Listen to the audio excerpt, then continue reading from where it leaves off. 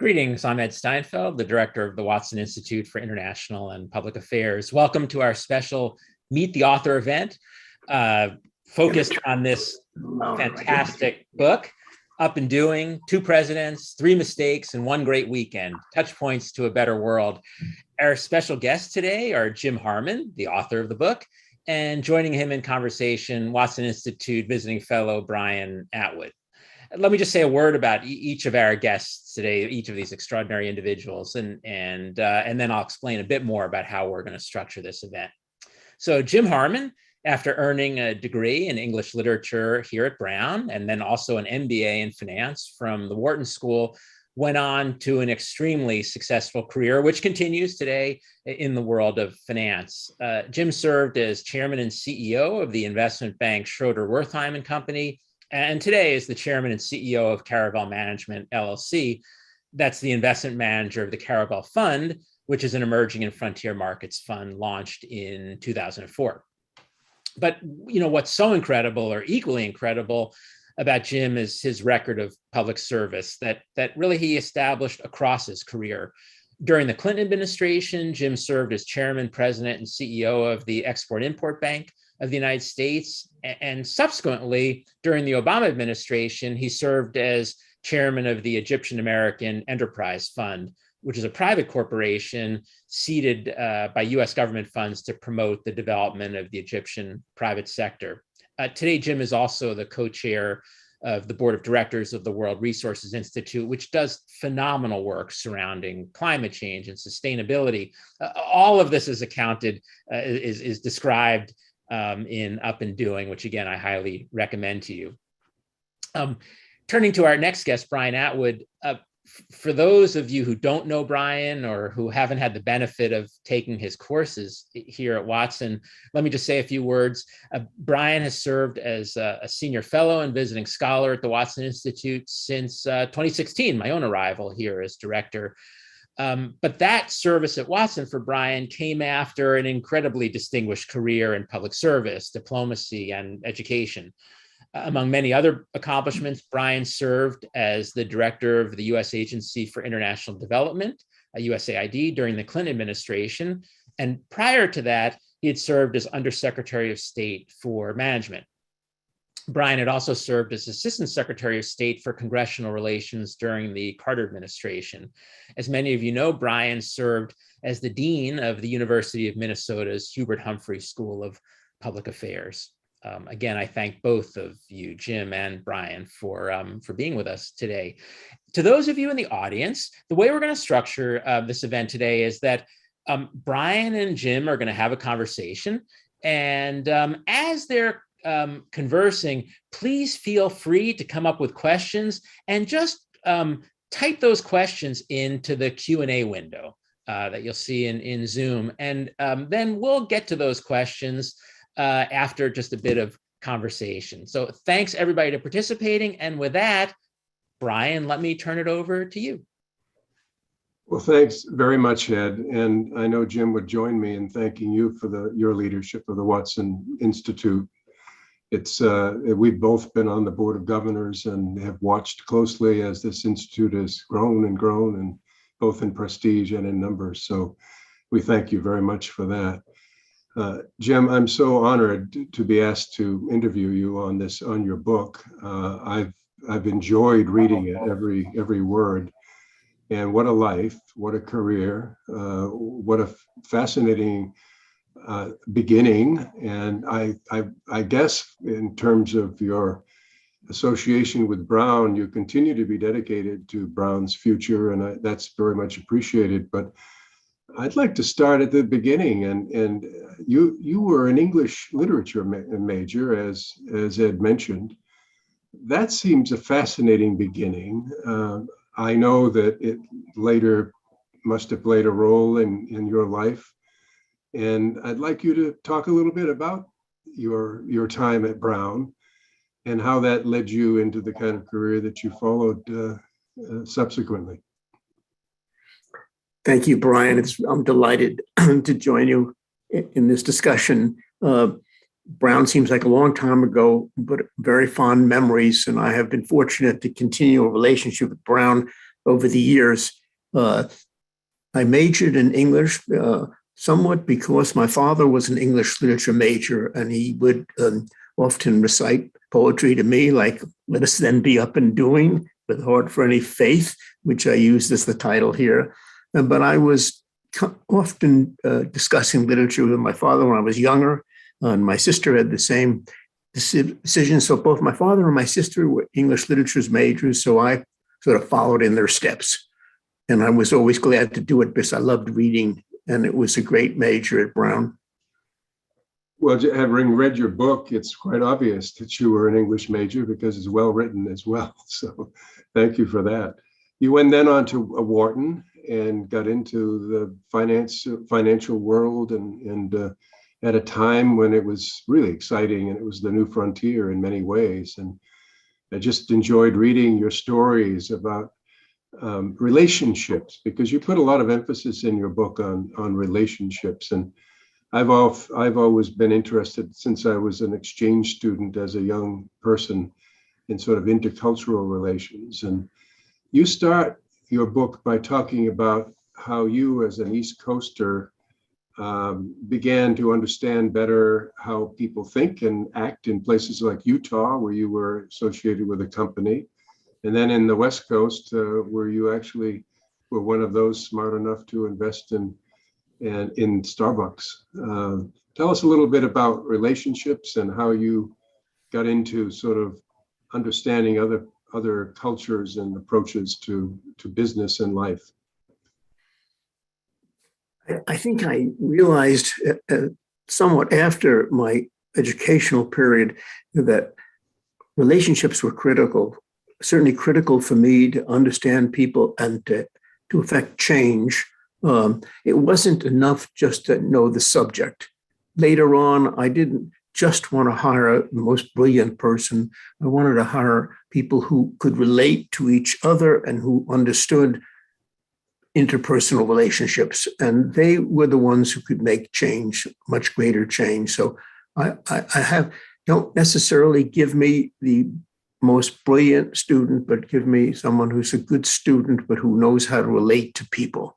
And that has been a principle that's guided me for much of my life. I worry sometimes about the fact that the younger population in the last year or two have been very focused on the computer screen as we all sit at home. And sometimes we're not out meeting with people. And I think that's a loss.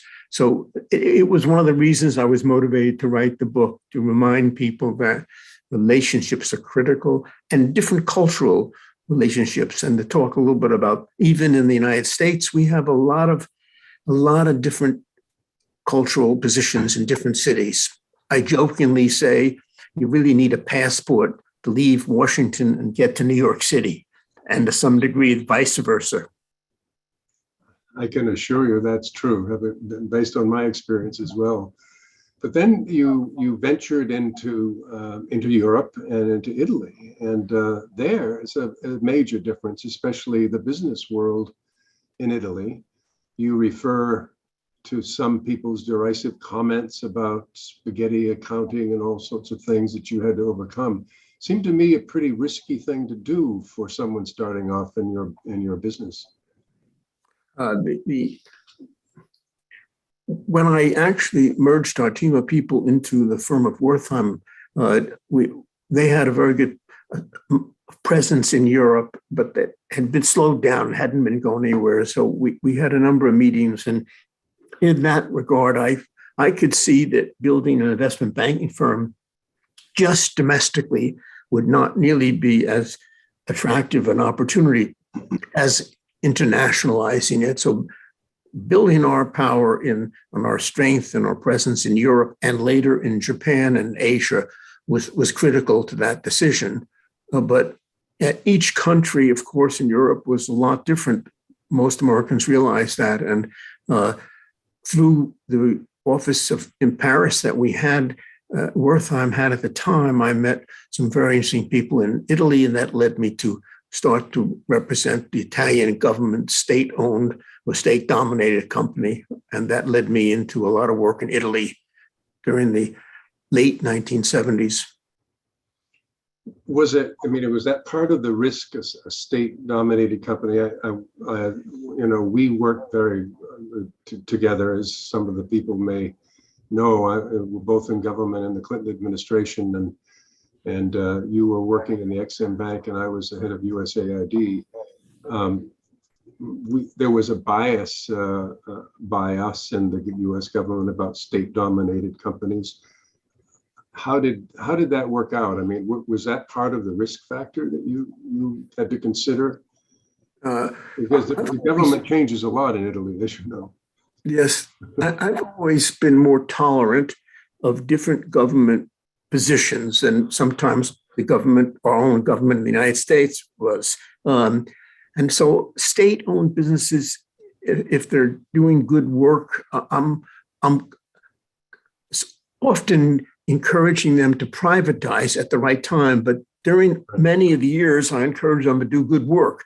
So that was not only true in Italy, but it became true years later in Egypt. So to invest in or advise countries which have a fair amount of state-owned businesses, we should look upon it as an opportunity, we Americans, to try to help them to transition into a larger private sector, as opposed to going in and being critical of them that they haven't done all the things we've done. I was trained as an investment banker, which was to get along with people, build relationships, and to make change, and hopefully that would result in positive things. And I wasn't trained to go in and criticize. And I did find in my years in the Clinton administration, often some of my good friends who I loved dearly in different departments would travel with me to different countries, and they would be critical of the leadership in that country. And I would shake my head and say, well, why are we scolding them? And we just arrived. Let's see if we can't come to an agreement on some areas. But that was even true when I was in the private sector. And the first transactions I did with a company, Montedison, with Fiat, my partners in the firm thought that was the developing world. What was I doing there? Either I must have a girlfriend there, or there must be another reason. Why am I going back and forth? And we were doing a lot of business there. But it was a very fortuitous thing, because we didn't have nearly the competition from the other American companies. And so we were able to build a presence there, and Europe became an important part of our business. And that taught me that to be more open-minded, working with people of different cultural backgrounds, whether they be in the United States or anywhere in the world. And if we could help make change that way, I did not ever think of criticizing them when we first met. I thought much more of trying to find areas of mutual agreement. And then maybe we could gradually make change. Well, you forgive me, but you sound like a natural diplomat, I must say. I've been teaching courses on diplomacy, and it's what I would recommend as well. If you're going to affect change, you need to have the trust of the people you're trying to encourage to reform, that's for sure. So I agree with that. You must have, some of our students be fascinated by the time you spent in, I guess, generally called show business. I mean, you actually got into supporting Broadway shows and movies and things like that. How did that change your life, if at all? I mean, your wife, of course, was an artist, and that was part of it, I guess. The relationship with the British, most people think because we both speak the same language, it must have been an easy, natural relationship. But it wasn't so easy. I often tell people that when we came to an agreement to partner, the chairman of Schroders, George Malenkov, said, we should have a serious conversation. And in this serious conversation, he said to me, so if there were difficult times, what would you cut out of your cost basis? And I said, well, it's pretty easy. Govi, the first thing I'd cut out was our dining rooms and our cars and all the luxury items we have. And he looked at me and he said, Jim, that's the last thing that we would cut out. If we cut that out, people would know we were in trouble. And so I realized, even in two countries which we have a long history together of friendship and respect, and one which, quote, we speak the same language, there was a big cultural difference in how we would conduct business. So it's not as simple as it might seem. Now, of course, in other countries, which you don't speak the same language, it's even harder. But I have found common ground in a lot of countries, like Egypt and all over Africa. So it's only a question of understanding people and trying to listen closely and then trying to find common area. Yes, and that theme comes through in your book. Just it's constantly through from page 1 all the way to the end. It really is impressive. That's clearly the secret to your success. But I'm sure that people here want to know, about the famous people you met, the movie stars. Can you say, this isn't People magazine, but can you say anything about your work in that field? I think that the work, I was grateful that by pure, I'd say, accident, I didn't know it when I first chose to go into the financial community, that I would have an opportunity to work with different companies with different backgrounds and in different countries. So I was never bored. I always found what I did exciting. I would wake up in the morning and I would look forward to getting to the office every day. There were problems, of course. There were some industries that were more exciting. People would say Hollywood was more exciting. Certainly financing motion pictures was exciting because everybody was interested. And I had all sorts of privileges to look at new releases before they were released, and I could look at them. The music industry was very exciting. But most interesting to me was one week I'm in Italy working on with the largest pharmaceutical company in Italy to consider a public offering in the United States. And how would we do that? And then I'm on a plane to California working on motion pictures.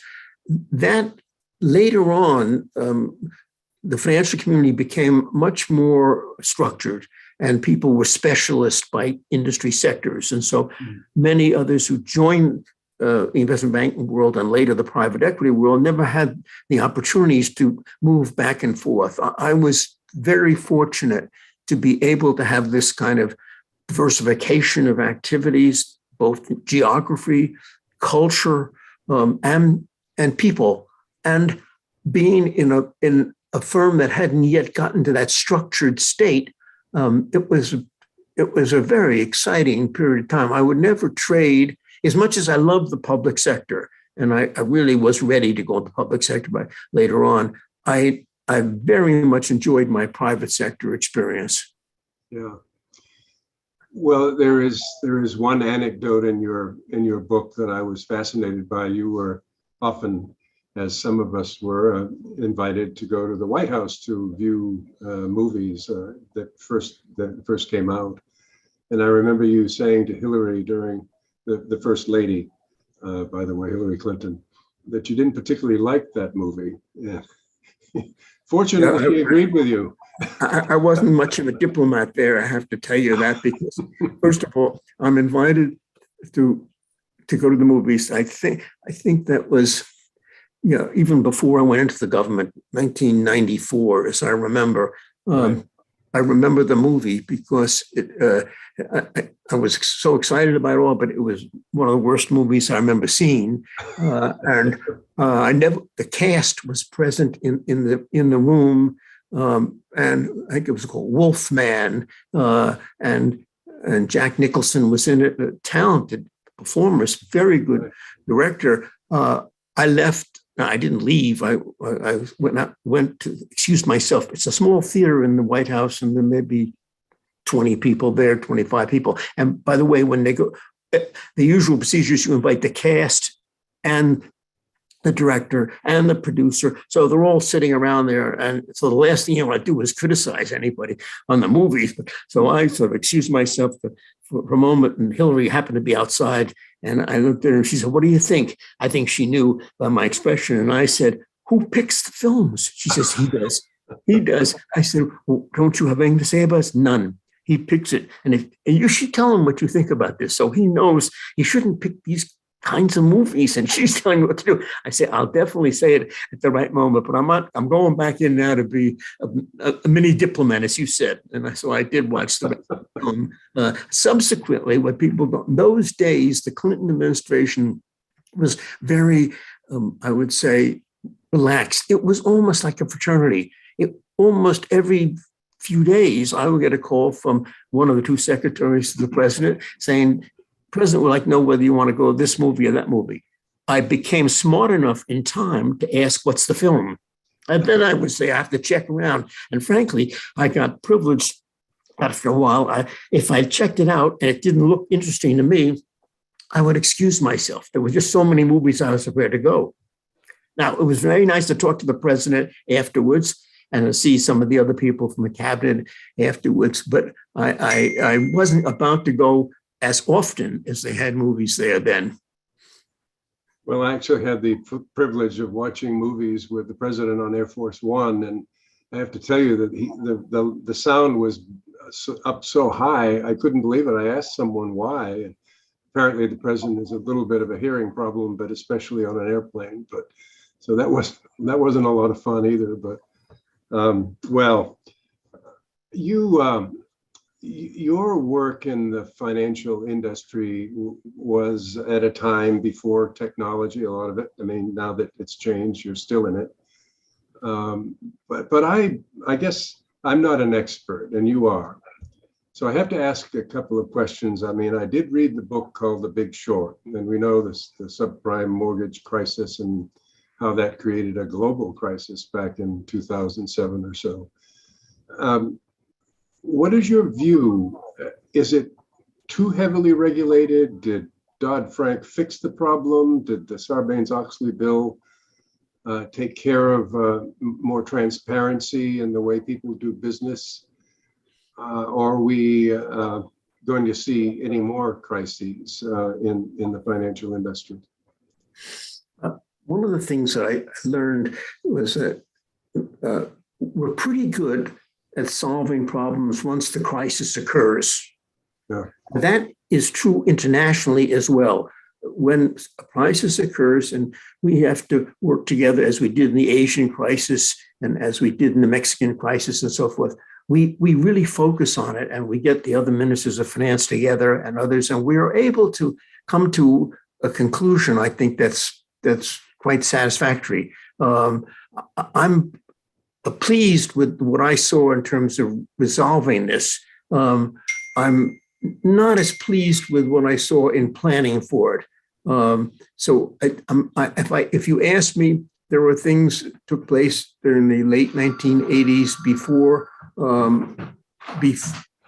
the S&L crisis, which probably weren't the best things that we could have done. But once we saw it, we formed the Resolution Trust and so forth. Good work was done. So I'm relatively impressed with our ability to solve problems. I'm not impressed with the world or our ability to anticipate problems and act beforehand. So there are some things happening now even that we could be doing differently. But I know once we get there, we'll be able to solve it, but not so good in preparation for it.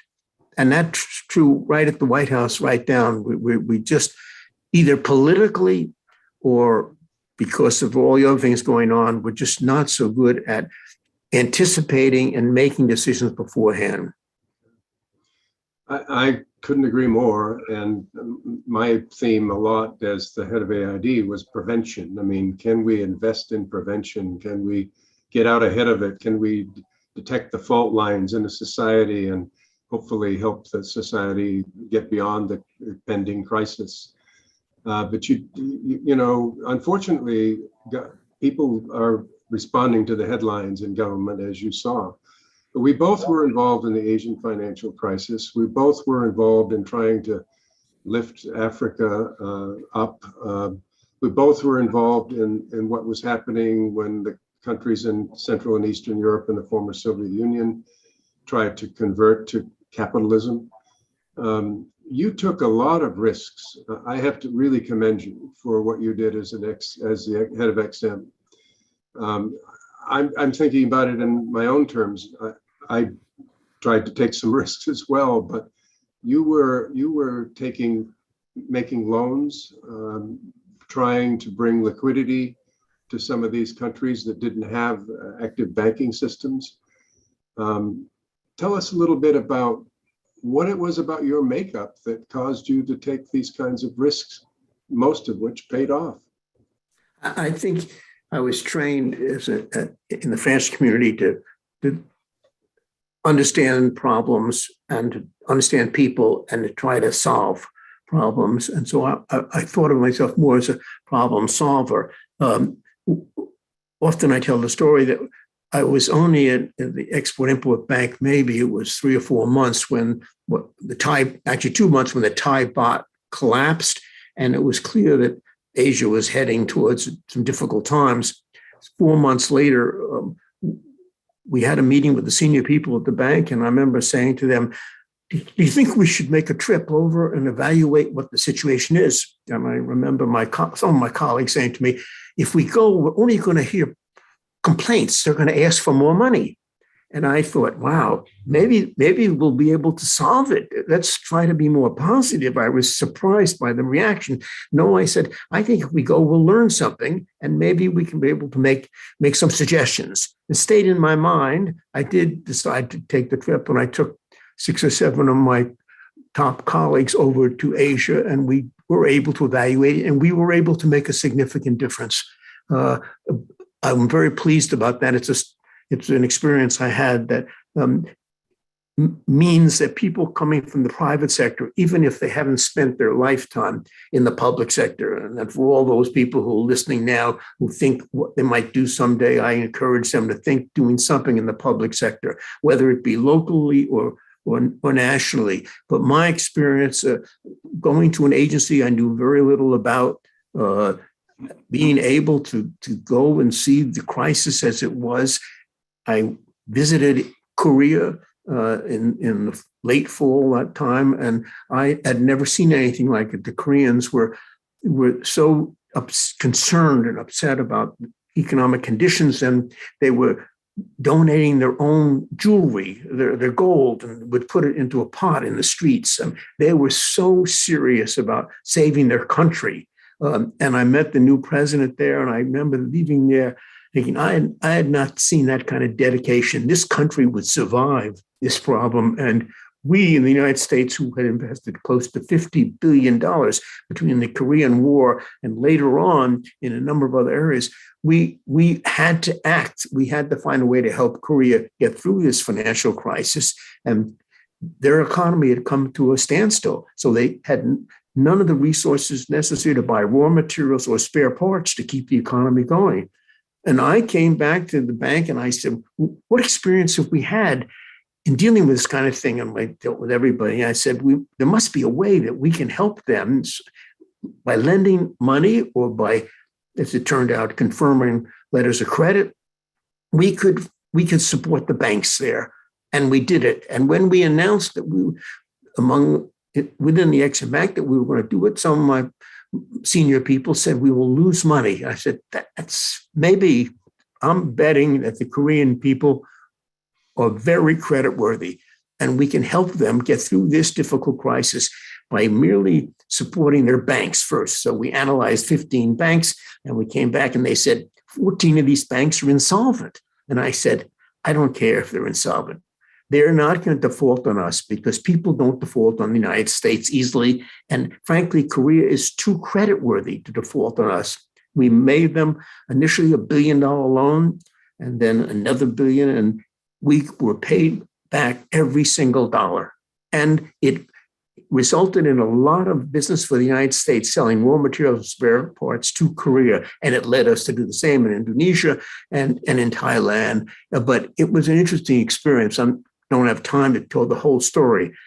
What's equally interesting was that the full-time staff who worked on it, and there were a lot of them at EXIM, I would go in on a weekend. They were working Saturdays and Sundays.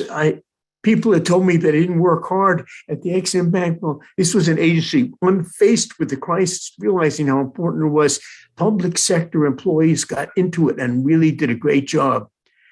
the difference between the public sector and the private sector, which was for someone like myself a little surprising. In my private sector investment banking, by October or November, maybe even earlier, the people who'd worked on that program in the private sector, they would be coming to me saying, I hope you're going to factor this into the bonus you pay, or they'd be writing me memorandums about what they achieved. No one did that in the public sector. So I had to ask them, how are we doing November 15th? Oh, Mr. Chairman, they said, we have made 2,404 individual transaction loans, and we have not lost one penny. That really prompted me to do a study on how we did it and why we were so successful. And why they didn't actually share that with me was because they weren't accustomed to coming in and telling me how great they did. So credit to the workers at EXIM public sector for working this hard, for helping us to do that. Enormous difference we made to Korea and to Asians at that time. So I'm particularly pleased on that particular story.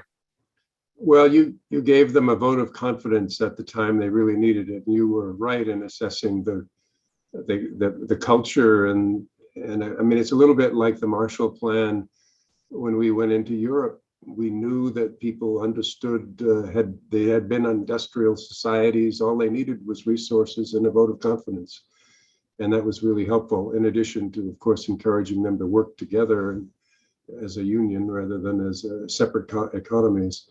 But I was very impressed by what you said about people that work in the public sector, because that's my experience as well. But there is such a reputation. I mean, lazy bureaucrats. I mean, you hear it all the time. And of course, the government now is attacked mercilessly by people that don't know better, I think, and most of them ideologues that want to see it that way.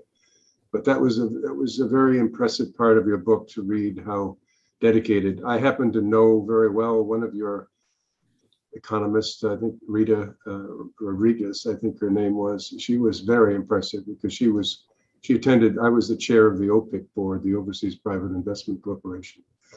I want to get into your work more recently now, the Egyptian Enterprise Fund. I was around when those enterprise funds were created, and there was a good deal of worry about how they would be operated. And they were designed mainly to come into a country whose banking system just wasn't doing the job that a banking system should do, providing liquidity to an economy that needed it, investing in industry and getting the country back on the road to success. When I was in the administration, there was something called the Gore Mubarak meetings. Twice a year, we would meet with the top officials. And the main goal was to privatize the Egyptian economy. And I remember receiving some briefings that were just a lot of smoke and mirrors. They just didn't seem to be able to pull away from the quasi-governmental parastatals that they were running. And yet now it seems that they've gotten the message. And your enterprise fund has been very successful. Talk a little bit about the Egyptian economy and how the enterprise funds have played such an important role.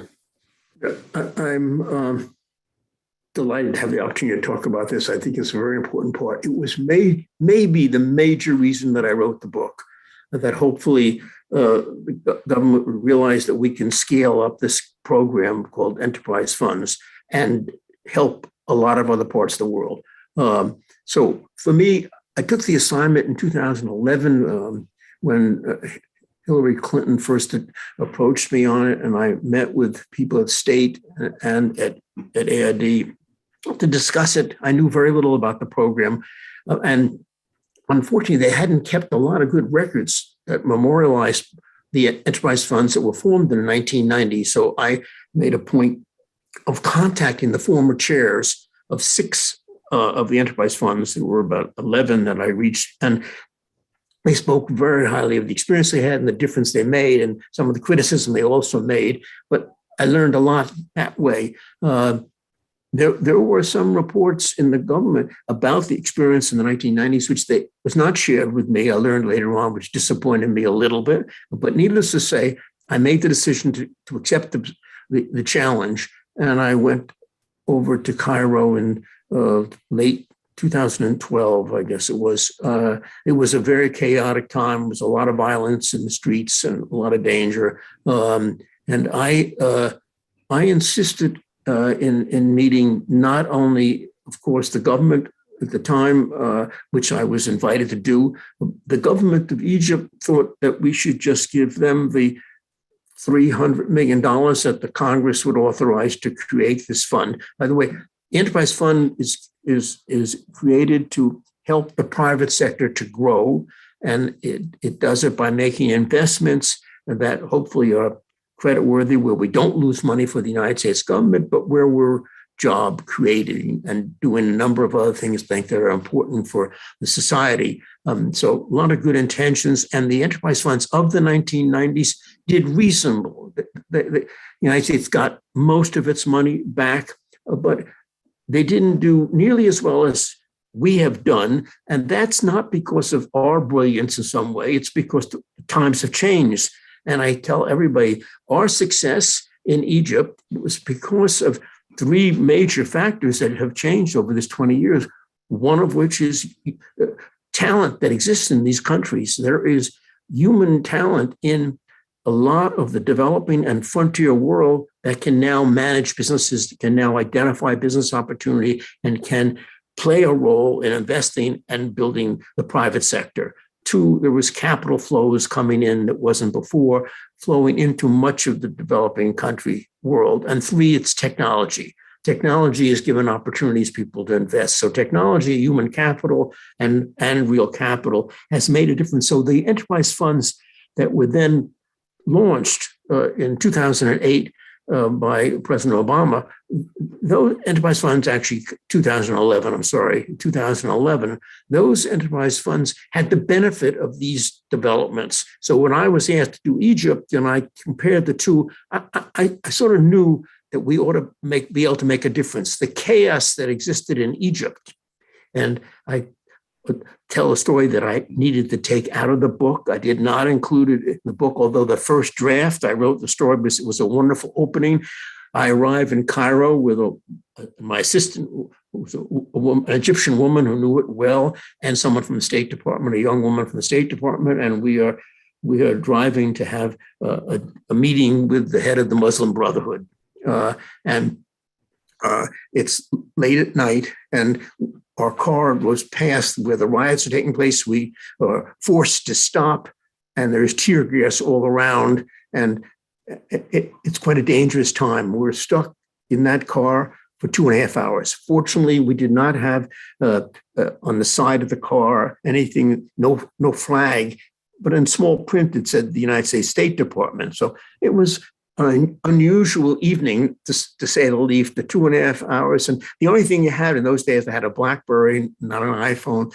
I looked at my first message on the BlackBerry. It was from my dentist, who was reminding me that I had a dental appointment on Monday and I ought to be on time. I thought, oh God, I should only be lucky enough to get there. But that was the beginning of my trip to Egypt. We eventually got there that evening, and it was a very unusual meeting. All the people that we met with are now either gone or in jail. But that story, my friends in Cairo felt I shouldn't include in the book because it would set the wrong mood, and there's a lot of strong feelings about that. So I did take that out. It's interesting when you write a book and you send it to people who have to make comments, including some very well political figures, as well as some people in Egypt. They all have strong feelings. And so you have to take that into consideration as you make changes in the book before. Someday I'm going to write a book on things I had to take out. But meanwhile, the story and our experience in Egypt at the beginning of that, I did realize that with no one investing in Egypt, and for those listeners who don't know it, Egypt has a population of 104 million people. 1 in 4 Arabs live in Egypt. It's an extremely important country to the United States and to the Middle East. And in the chaos that they had and with the violence that was then in the streets, it was clear to me that we could make a difference. We could make a difference. The people in Egypt are extremely capable. And we've been fortunate to make investments that I can get into that were very successful. But if you were with me at the beginning, you might be questioning my wisdom as to what I was exactly doing at that stage in my life, stuck in that particular moment. Well, there's no question that there has been progress, both in terms of privatization and as a consequence, growth in their GDP. I think when I was going to meetings over there, it was a negative growth in GDP at the time, and no exports, no activity going on. The problem today, I'll ask you, you may not want to comment, you're still involved in Egypt, but is the extent to which the military is involved in the economy, to the extent to which military officers are investors in the economy. Obviously, the fact that it's a fairly authoritarian environment now. What impact will that have in the long run? I mean, clearly it seems to be stable now and working well, but what impact would you think that'll have in the long run? This is such a long story that I'm going to try to make it very short. For one thing, the human capital in Egypt is very high, and there's a lot of talent there. And when we got there, no one was investing. So naturally, if you go back to Warren Buffett's type statement, time to invest is when they're throwing them out the window. That was a moment in Cairo, no one was investing. So naturally, we did well in our investments. But the human capital is excellent, and the work ethic is excellent. And so our success there, and for the listener, we've invested about $250 million now on behalf of the United States taxpayer. And the market value of our investment today is about $700 million. So we have made more money for the United States taxpayer than any other enterprise fund ever before. And I've been fortunate because the program, having initially been launched by Republicans under President Bush 1 and then picked up by President Obama, both political parties think they invented enterprise funds, which is kind of a break for me. So when I testify, I don't have one side shooting at me and the others. Actually, they're both taking credit for enterprise funds and for our success in Egypt. But our success in Egypt is really not due to my billions in any way. It's due to the people that helped us find investments. And we did something early on that I think probably was the most important thing. The Egyptians did not want to take our money and work for the United States government. And they didn't want to work for, excuse this, Brian, they didn't want to work for USAID, and they didn't really want to work for anybody other than themselves. And so I realized I couldn't just hire someone and say, I'll pay you this amount of money. That didn't work. And that allowed me the opportunity to say, you will run the business. We will form a private equity business, and you will own it. And you will manage our assets, and we will pay you a fee for managing those assets. And so a very capable man who had worked in New York at one of the investment banks who I met, I actually tell the story that I interviewed 20 odd people on the third or fourth trip back to Cairo, and they all were very good, but I didn't know if any of them could really run the program we needed there. And I asked my assistant, Ola El-Shawarbi, who was a very capable young woman, who was the Warren Buffett of Egypt. And she said, it's north of Suwiris. And I said, let's talk to him. She said, you can't, he's in London. So we picked up the phone and called London, and we're sitting there in the square in Cairo. And I said, would you see us? And he said, come on over tomorrow. We went to the airport the next morning, flew to London. We met with him. He looked at all the names. He said, none of these people are your people. I'm going to tell you who can do this. He's an Egyptian who's had experience in advisory work and so forth and so on. The right kind of gets him on the phone. We talked to him, and I invited him to New York. Literally the next week, he comes over and I met him, and making a fast story very short, we decided to work it out where he would be forming a private equity business to invest in those businesses, and he would be managing our assets. And to this day, he does that for much of what we've done, but he has organized a team of Egyptians who are very capable. If I would have hired any of them in my investment banking days, they all were outstanding people.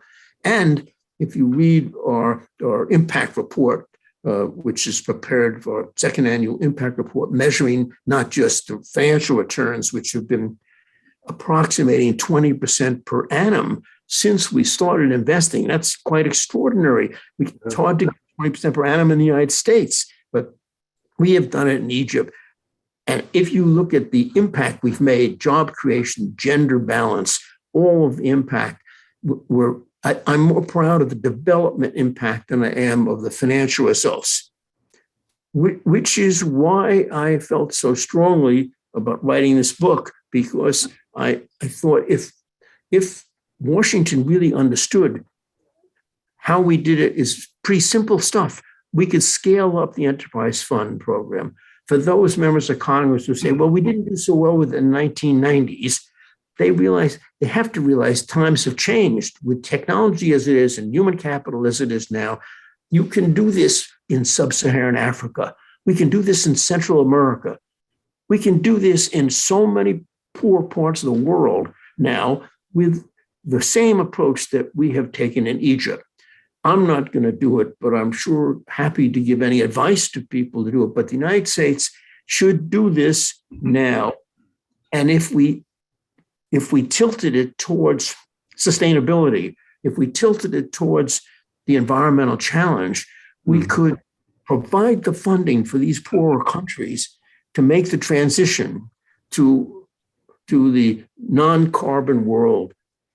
That's critical in my judgment right now. So great opportunity. So my excitement over the realization that the enterprise fund success in Egypt can be scaled to a much bigger level means this is the moment in time where we can do it now in a number of other countries.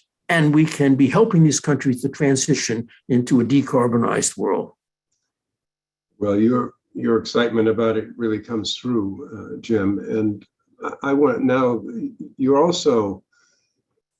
involved in everything that's important nowadays, it seems to me. You're co-chair of the World Resources Institute, which I've always thought of as the best think tank on climate change and environmental issues there is. I mean, it's just a fantastic place. My knew Gus Speth when he started it. It was much smaller, and then Jonathan Lash and you came along, and it's now huge, and it's making a big impact. We just had the Glasgow Summit on climate change. There was an article I know we've both read in the New York Times about the fact that the private sector was very active. This particular writer thought it was too active compared to the governments. But tell us, give us your reflections on where we are on climate change now, and what role can the private sector play versus government, or either or both?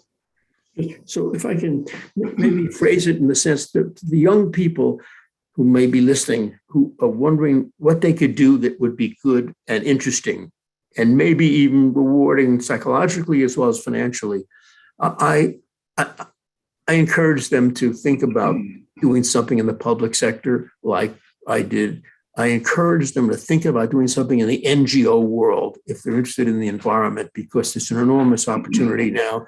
The World Resources Institute is a good illustration of that.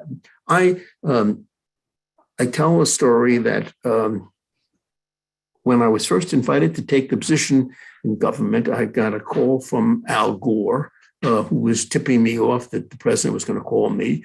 And he said to me, Jim, give me your email address. And I remember putting my hand on the phone, and this is 1997. For those young people who will think this is a strange story, I put my hand on the phone and I turned to my assistant and I said, do we have email here? 1997, doesn't seem that long ago. I didn't even know that.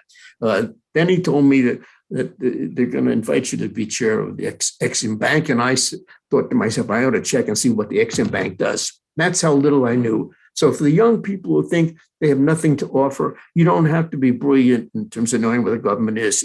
If you really care about it, you can make a contribution that's important, both in terms of public service as well as in terms of now in climate. Because the brief story I will tell you about the World Resources Institute is an illustration of that. During my early years at the EXIM, I had no prior literally no in-depth prior experience with the NGOs, especially on environmental considerations. And we were living within a piece of our charter at the EXIM Bank that required us not to finance projects that were environmentally damaging. And so we had some limitations there. The only two things that guided us at the EXIM in financing exports were that they had to be creditworthy and they had to be not damaging to the environment, to make it very simple.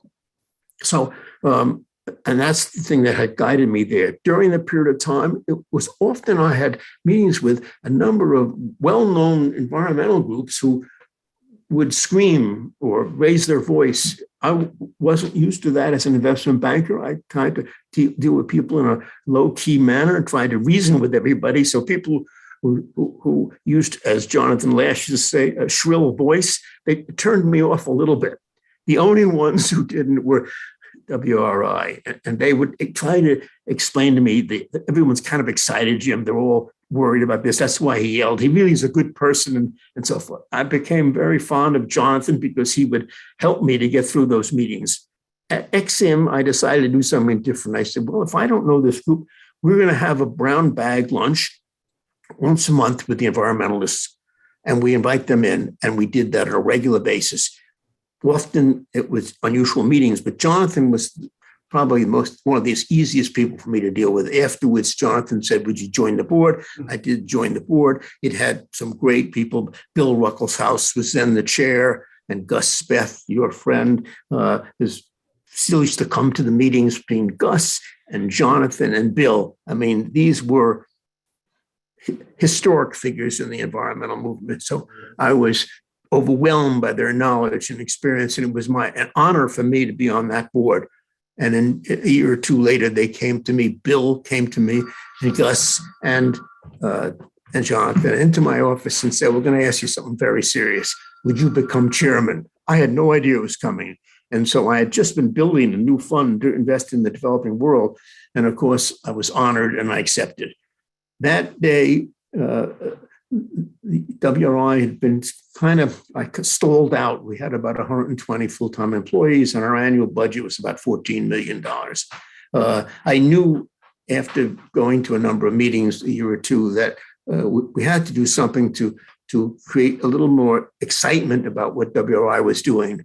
And so I went to Al Gore, who had asked me to join the government and who and I had become friendly. And I said, Al, you got to join the board. He said, Jim, every environmental group asks me to join a board. I can't join WRI without going to Sierra Club and NRDC and so forth and so on. So I said, Al, you got to do it for me. I put it right on the table. And so he said yes. When he joined the board of WRI, that changed around a little bit. First of all, the staff were overwhelmed and pleased and impressed that I could get them. Secondly, it was clear that the board changed a lot. That was a turning point, and then we were able to add in a lot of very good people. Fast forwarding 15, 16 years later, we now have some annual budget of $200 million a year, up from $14 million. And we raised this money and succeeded during a period of time when the governments weren't led by people, or the presidents weren't always sympathetic with our mission at WRI in terms of sustainability. But a lot of good people worked on a lot of good programs. I became enormously excited by the programs and the good we would do. And I'm still very excited by it. I think WRI is a great institution. But for those young people listening, you want to do something in this area, maybe you're not going to get an offer from the government, but think about an NGO, what you could do with an NGO doing some very good work. It's a great experience, and you will have a terrific opportunity. So to answer your question, it's a long-winded answer, because I'm very enthusiastic about WRI. And I'm actually the new president, Ani Dasgupta, who is a terrific person, replacing Andrew Steer. He and I are writing a book right now about WRI and about. Wonderful. I'm cautiously optimistic. I feel that the conference just over was more successful than people realize.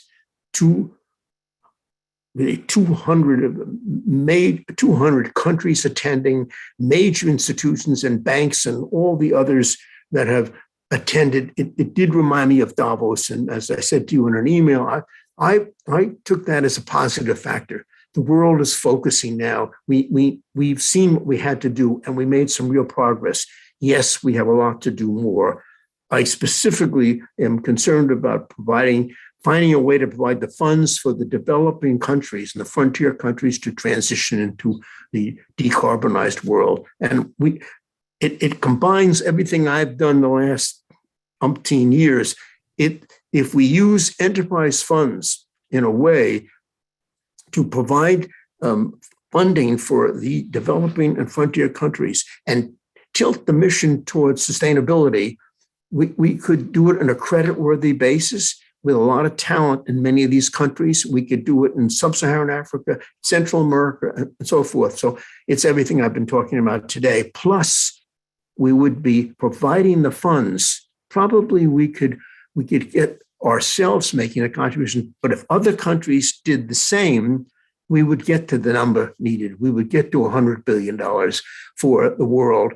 And I think we're heading there. And I'm encouraged by what I saw at Scotland. And I think next year in Egypt, it's the opportunity of a lifetime for me, because it's Egypt and everything we're doing in Egypt together with the environment and together with the momentum coming out of Scotland. We have a chance in that next conference to be able to announce that we have raised all the funds that we promised the poorest countries of the world to transition to a decarbonized world. That, together with everything else we've done, we're going to beat this problem. We are going to beat this problem. I am more convinced of it than I have ever been before. It's a terribly difficult, challenging problem that the world faces, but working together with much of the world and now industry, together with labor, together with every aspect of life in the United States, we're going to solve this problem. Well, I really, that kind of optimism is absolutely what's needed as well. There's just too much pessimism about it all, and I agree with you.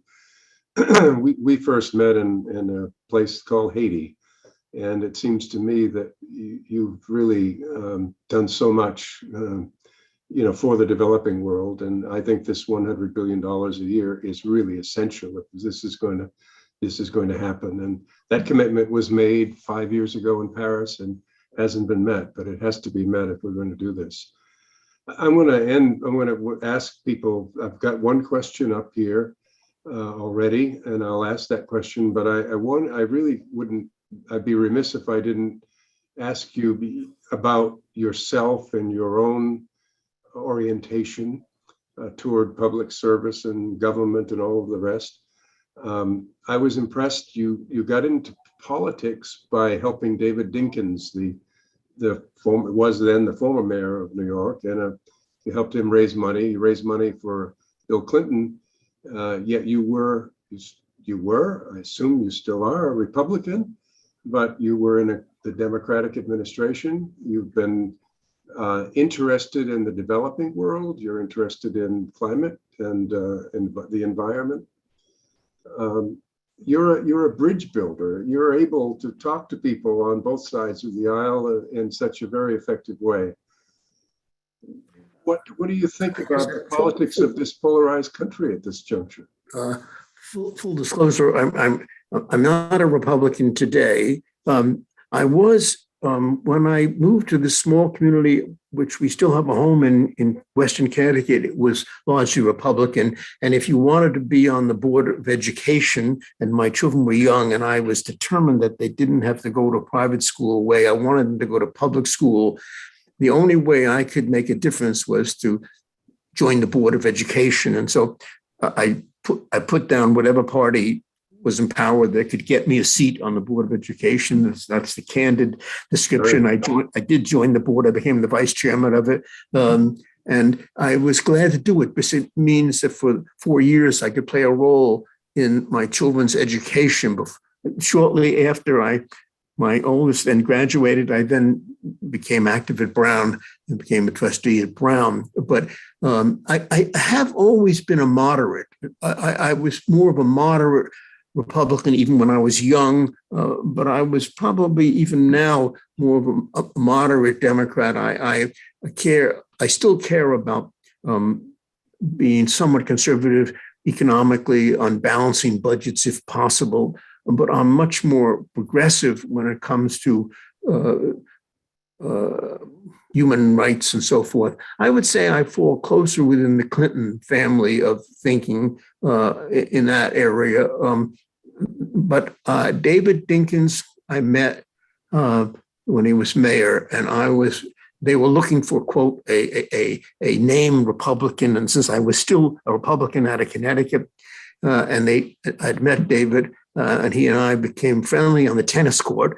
And he said, I'm going to London. I'd love to take a few people. So I went with him there to help convince the British to maybe do more in the United States and in New York City. It was this trip in which I got to know David much better. He became a very close friend, came to my swearing in and so forth. But I was very active for most of my life in helping.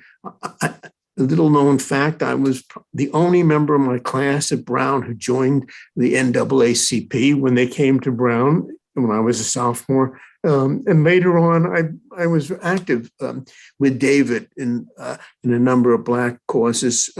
So when I was sort of advisor to him, I had lots of experiences with him. He was a dear friend, and I was grateful that I had the opportunity to help that. Had he won the second campaign, for his second term, I would never have gone to the federal government. I would have stayed. I would have been deputy mayor for economic development because I was very fond of him and I would have wanted to have helped him. Plus, my family it was easier to be with the family and my grandchildren by then. It's the beginning. But as it turned out, going to Washington, it was a lucky break because my daughter lives in Bethesda and I was able to spend time with my grandchildren there. So I had the best of all worlds being in Washington those years. But that's a bit of the story of David. I spent a lot of time with David over the years talking on these issues. Well, that's wonderful. I mean, that's a good beginning, certainly in political life, but your interests are more public policy than politics, I think. Thomas Slate has been very patient here. He says, we've been worrying about inflation since the Carter administration. Is inflation really a risk this time rather than an excuse for slowing down a growing economy or to limit government spending? I failed to say something at the beginning that I do have to say before it ends, and that for those who are listening, Brian actually was a factor in moving me towards public service because in 1994, Clinton had, before I joined the government, had asked me to go on a trip to Haiti, a mission to Haiti, which was led by Brian. I had never met Brian before, and I had never been to Haiti.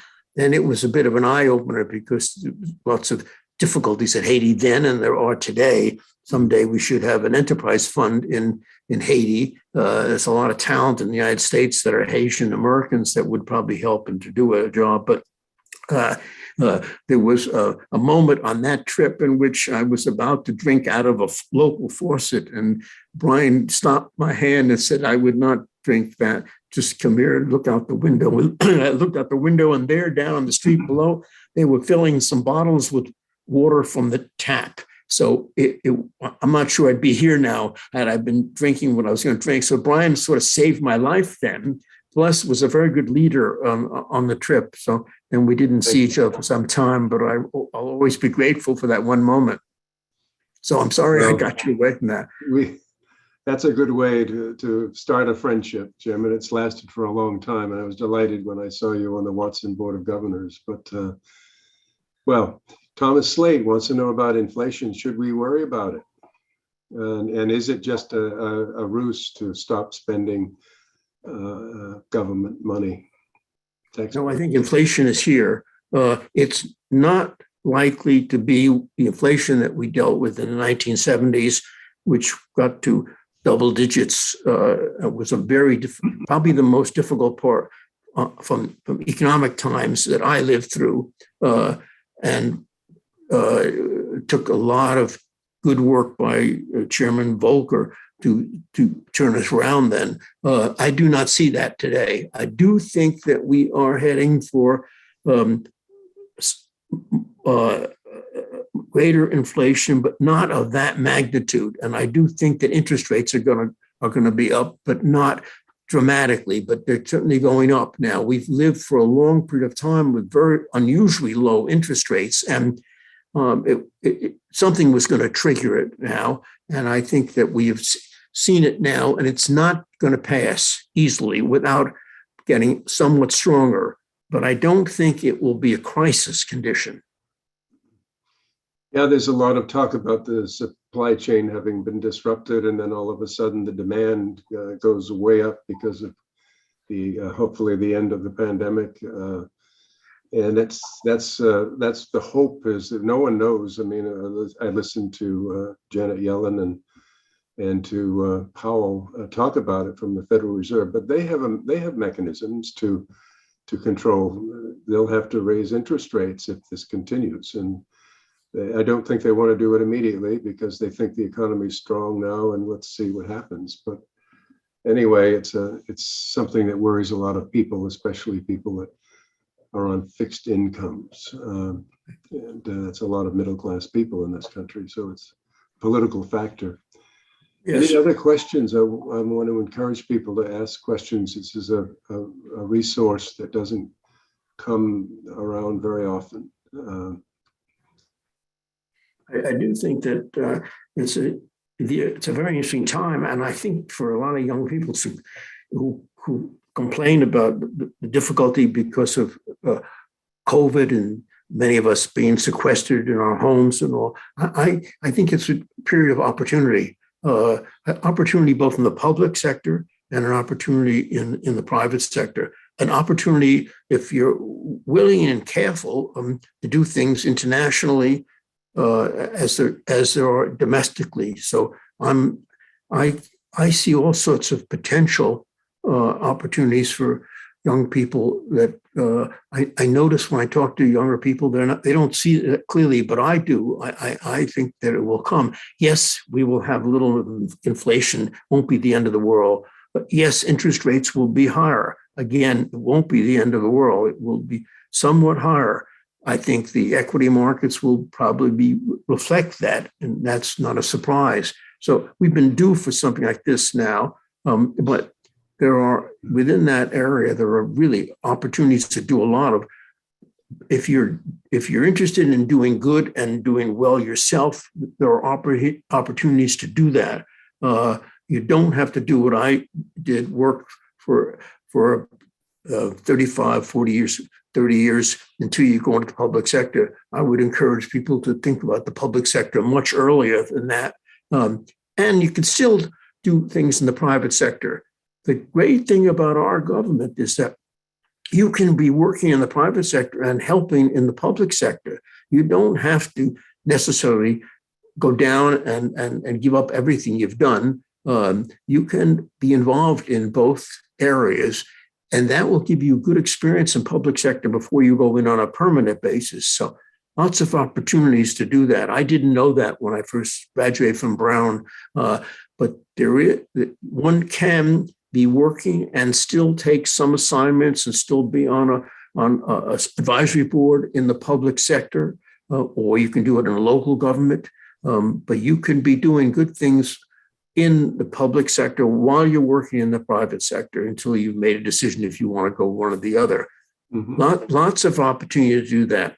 People who want to ask me questions, they can write to me, and I'd be glad to give advice to anybody who's thinking about doing something in any way similar to what I did in my life. Well, you couldn't be asking for advice from a better person, that's for sure. I don't see any more questions coming forward, but I want to end this by asking a question that might bring Ed Steinfeld back into the picture here. It relates to China, and we imposed some really tough tariffs on Chinese goods for a while, And it seems to me that in the period of inflation, that where our consumers are suffering as a result of those tariffs. And if there is any gesture that we could make toward a better relationship with China, maybe the time is now to remove some of the tariffs that were imposed by the Trump administration. I'll ask you, but I'll also ask Ed Steinfeld if he wants to comment on that as well. He's a China expert, for those of you who don't know.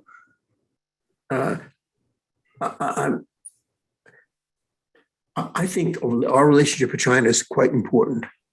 So I would say, I put that, I remember saying to President Biden, I thought the first thing he should do, and to Blinken as well, is think about how do we build the relationship with China. I think it is very, very important. And I still feel it's very significant now.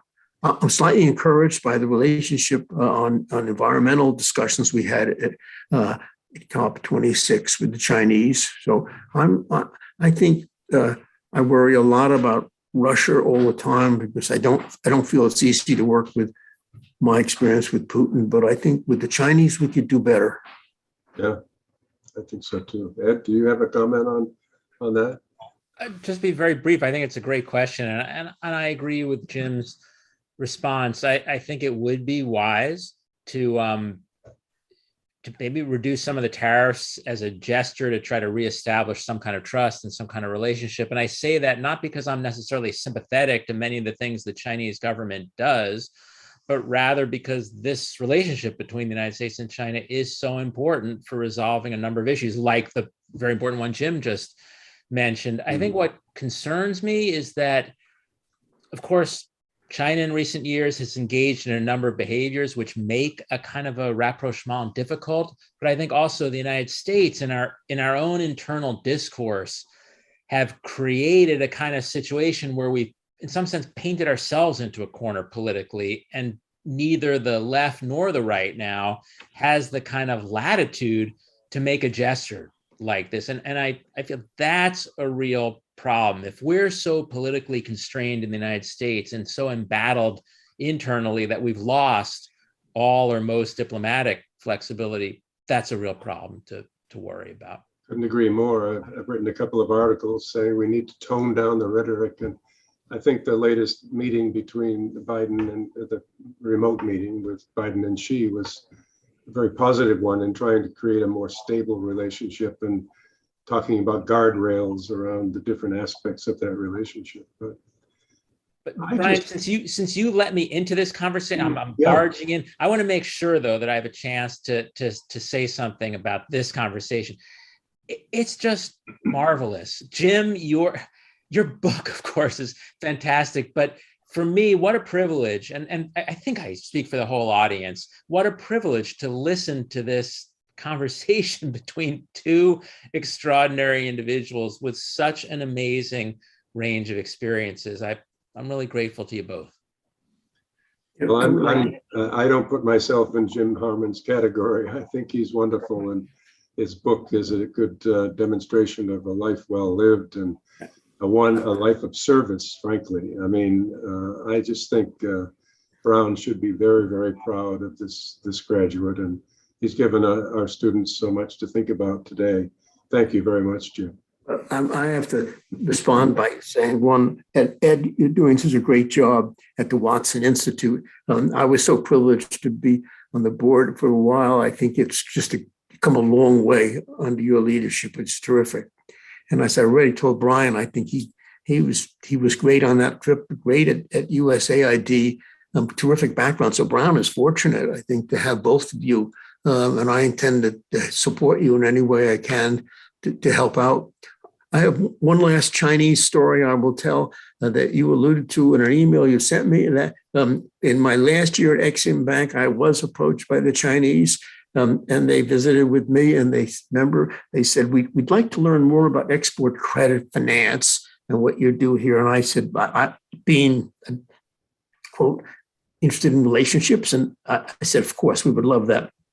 And then he said to me, how do you feel about seconding some people to EXIM? I said, we're very supportive. We'd like to do the same. maybe we could exchange some people. But then he just took me by surprise. He said, we've identified, I think it was 42 people to be seconded to EXIM Bank. 42 people. The total, as Brian may know, the total size of EXIM Bank was only 500. So it would be suddenly 10% of our population. Of course, typical, the State Department and everyone else were shocked at that number. And it frightened the American government a little bit.